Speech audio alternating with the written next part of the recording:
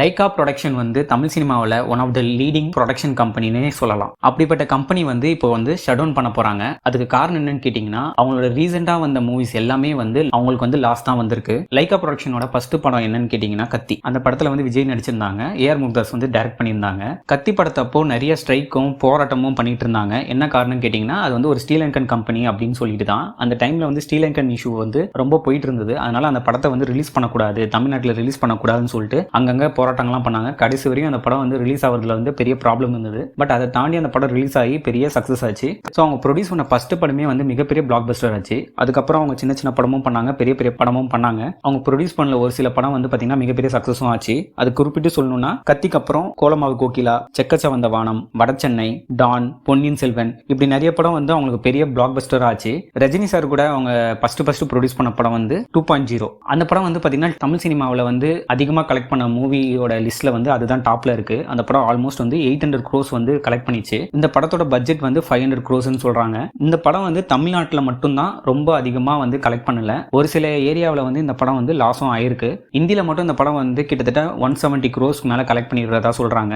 ஓவர்சீஸ்லயும் இந்த படத்தோட கலெக்ஷன் நல்லா இருந்தது. தமிழ்நாட்டில் மட்டும்தான் அந்த படத்தோட கலெக்ஷன் வந்து எதிர்பார்த்த அளவுக்கு இல்ல. பொன்னியின் செல்வன் 1 வந்து கேட்டீங்கன்னா அந்த படம் 500 crores வந்து கலெக்ட் பண்ணிச்சு. பார்ட் 2 வந்து எதிர்பார்த்த கலெக்ஷன் பண்ணல. அது வந்து 350 crores மட்டும் தான் கலெக்ட் பண்ணிருக்கு. இதெல்லாம் தான் லைகா ப்ரொடக்ஷனோட ஒரு சில பிளாக் பஸ்டர்ஸ் மூவிஸ். மற்ற எல்லா படமே வந்து ஆல்மோஸ்ட் அவங்களுக்கு வந்து லாஸ் தான் வந்து ஜென்ரேட் ஆயிருக்கு. இதுல குறிப்பிட்டு சொல்லணும்னா காப்பான் ஆகட்டும், தர்பார், நாய்சேகர் ரிட்டர்ன்ஸ், அதுவும் பர்டிகுலரா சொல்லணும்னா லாஸ்ட் இயர்ல வந்த படம் எல்லாமே சந்திரமுகி 2, லால் சலாம், இந்தியன் 2, வேட்டையன், இப்போ இந்த இயர் ரிலீஸ் ஆன விடாமுயற்சி வரைக்கும் அவங்களுக்கு எல்லா படமே வந்து லாஸ் தான் ஜென்ரேட் ஆயிருக்கு. இல்ல பர்டிகுலரா ரொம்ப நம்ம இம்பார்ட்டன்டா சொல்லணும்னா இந்தியன் 2ல வந்து அவங்களுக்கு ரொம்பவே வந்து லாஸ் ஜென்ரேட் ஆயிருக்கு. வேட்டையன் படத்தோட கலெக்ஷன் வந்து 240 சொல்றாங்க. பட் அந்த படத்தோட பட்ஜெட் வந்து கேட்டீங்கன்னா 300 crores. அதே மாதிரி தான் இந்தியன் 2 வந்து 150 crores கலெக்ட் பண்ணிருக்கு. பட் அந்த படத்தோட பட்ஜெட் வந்து ஆல்மோஸ்ட் 300 crores சொல்றாங்க. விடாமுயற்சியோட பட்ஜெட்டும் வந்து 200 crores சொல்றாங்க. பட் அந்த படத்தோட கலெக்ஷன் வந்து 150 crores கூட கலெக்ட் பண்ணலன்னு சொல்லிட்டு டிஸ்ட்ரிபியூட்டர்ஸ் வந்து சொல்றாங்க. ஸோ இப்போ இதனால என்ன ஆச்சுன்னு கேட்டீங்கன்னா, லைகா ப்ரொடக்ஷன் வந்து அவங்களோட கம்பெனி வந்து ஷட் டவுன் பண்ண போறாங்க.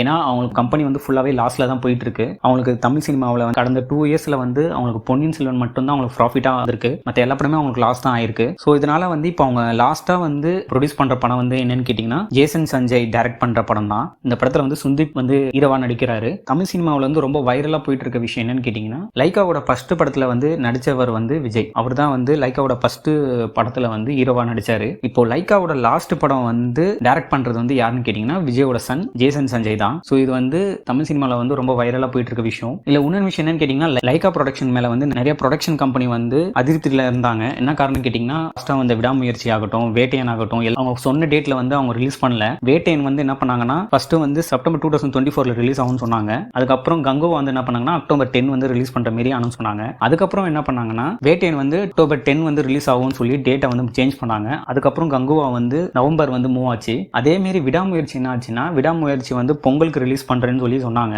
அதனாலதான் அஜித் சாரோட இன்னொரு படம் குட் பேட் அக்லி வந்து ஏப்ரலுக்கு வந்து மூவ் பண்ணாங்க. இல்லைன்னா குட் பேட் அக்லி தான் வந்து பொங்கலுக்கு ரிலீஸ் ஆகிற மாதிரி இனிஷியலா பிளான் பண்ணியிருந்தாங்க. விடாமுயற்சி வந்து பொங்கலுக்கு ரிலீஸ் பண்ற மாதிரி அவங்க அனௌன்ஸ் பண்ணதுக்கு அப்புறம் குட் பேட் அக்லி வந்து டேட்டை வந்து சேஞ்ச் பண்ணிட்டாங்க. ஸோ விடாமுயற்சி படம் பொங்கலுக்கு ரிலீஸ் ஆகுது சொன்னனால வேற எந்த படமும் பொங்கலுக்கு வந்து ரிலீஸ் ஆகல. எல்லா படமும் வந்து டேட்ஸ் வந்து சேஞ்ச் பண்ணாங்க. பட் அதுக்கப்புறம் என்ன ஆச்சுன்னா, லைகா வந்து கரெக்டா நியூ இயர் அன்னைக்கு வந்து படம் வந்து ரிலீஸ் ஆகல பொங்கலுக்கு அப்படின்ற மாதிரி நியூ இயர் அதுமாவே அவங்க சொன்னது வந்து அஜித் சாரோட ஃபேன்ஸ் மட்டும் இல்லாம எல்லா ஃபேன்ஸுமே வந்து சோகத்துல ஆழ்த்திச்சு. அதுக்கப்புறம் என்ன ஆச்சுன்னா, அதுக்கப்புறம் விடாமுயற்சி ரிலீஸ் ஆகிறதுனால நிறைய படம் வந்து அந்த டேட்ல வந்து ரிலீஸ் பண்ணாங்க. அகைன் வந்து இந்த படம் வந்து Feb 6 வந்து ரிலீஸ் பண்ற மாதிரி சொன்னாங்க. இப்போ என்ன ஆச்சுன்னா, Feb 6 வந்து தனுஷ் சார் டைரக்ட் பண்ண நிலவுக்கு என் மேல் என்னடி கோபம் அந்த படம் ரிலீஸ் ஆகிற மாதிரி இருந்தது. அதே மாதிரி வந்து Feb 14 வந்து டிராகன் படம் ரிலீஸ் ஆகிற மாதிரி இருந்தது. ஸோ இந்த படம் டேட் அனௌன்ஸ் பண்ணனால இந்த 2 படமும் வந்து தள்ளி வச்சாங்க. இப்போ என்ன ஆச்சுன்னா, தமிழ் சினிமாவில் வந்து லைகா ப்ரொடக்ஷனுக்கும் மற்ற கம்பெனிஸ்க்குமே வந்து எந்த ஒரு பாண்டும் இல்லாத மாதிரி இருந்தது. ஒன்று வந்து இவங்க டேட் வந்து சொல்லிட்டு அந்த டேட்டுக்கு வரணும், அப்படி இல்லையா